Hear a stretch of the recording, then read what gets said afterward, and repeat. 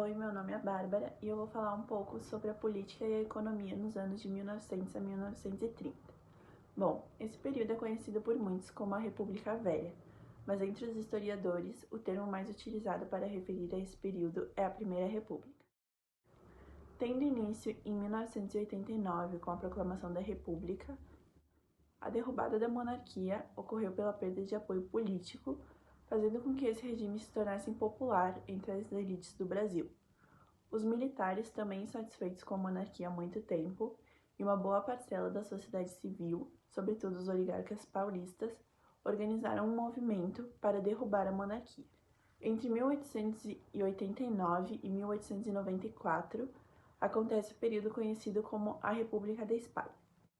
Esse nome se deve ao fato de que os dois presidentes brasileiros, Deodoro da Fonseca e Floriano Peixoto, foram militares. Bom, toda a Primeira República pode ser dividida em três grandes fases.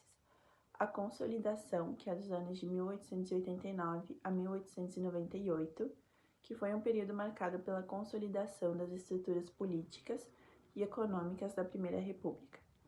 Foi muito marcado por uma crise na política e na economia.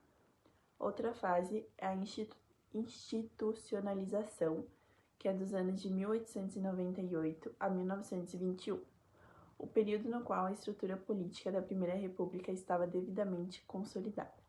Aqui se definiram as políticas como a dos governadores e do café com leite. A crise, que é entre os anos de 1921 a 1930. Foi o período no qual as estruturas políticas da Primeira República entraram em crise por conta da incorporação de novos atores na política brasileira. Conflitos entre os oligarcas também contribuíram muito para o fim da Primeira República. Em 1913, assumindo a presidência do Brasil no lugar de Getúlio Prestes, eleito com o apoio do então presidente Washington Luiz, Getúlio Vargas dá início ao período conhecido como Era Vargas. Época marcada pela política do café com leite, que ganhou força no Brasil a partir de 1913, com a assinatura do Pacto de Ouro Fino, entre as oligarquias de São Paulo e Minas Gerais, que se alternavam na presidência da República. Essa dinâmica política foi rompida com a Revolução de 1930.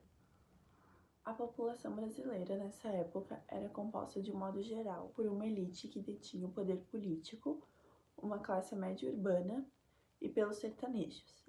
Havia ainda os imigrantes europeus e japoneses que, no início do século, afluíram ao Brasil em grande número. Nos centros urbanos, a elite era composta pelos comerciantes envolvidos no comércio externo, sobretudo do café e da borracha, e ainda também pelos grandes financeiros da banca. Nesse grupo incluíam-se igualmente as altas patentes militares, que estiveram envolvidas na instauração do regime republicano em 1889 e que fizeram parte do governo da Primeira República, e pelos sertanejos. Havia ainda os imigrantes europeus e japoneses que, no início do século, afluíram ao Brasil em grande número. Nos centros urbanos, a elite era composta pelos comerciantes envolvidos no comércio externo, sobretudo do café e da borracha, e ainda também pelos grandes financeiros da banca. Nesse grupo incluíam-se igualmente as altas patentes militares, que estiveram envolvidas na instauração do regime republicano em 1889 e que fizeram parte do governo da Primeira República. Oi, meu nome é Maria Clara e eu vou apresentar um pouquinho do contexto histórico de 1900 a 1930. A década de 1900 foi caracterizada por um dos primeiros saltos tecnológicos no campo dos transportes, como o desenvolvimento da aviação e do automóvel. Foi também o início da chamada arte moderna com os movimentos culturais pós-romantismo. Na década de 1910, teve o início da Primeira Guerra Mundial e a assinatura do Tratado de Versalhes.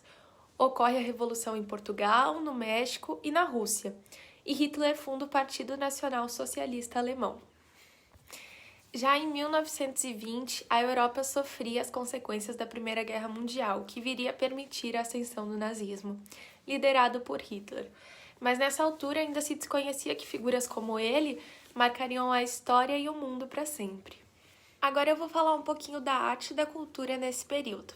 As primeiras décadas do século XX no Brasil foram intensas e transformadoras, sociais e culturais, como a Greve Geral de 1917, a Semana da Arte Moderna em 1922 e o Tenentismo.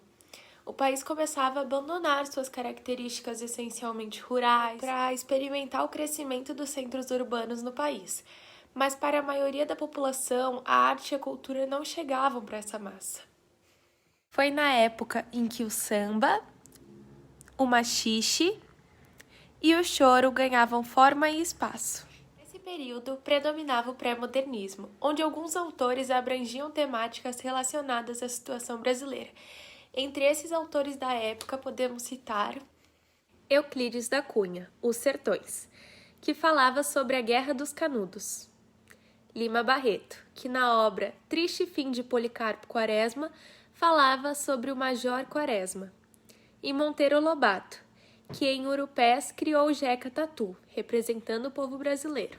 O movimento modernista que predominava na década de 1920 se rebelava contra o elitismo e no ano de 1922 atingiu seu ponto mais alto. As artes eram marcadas por tendências europeias e principalmente francesas.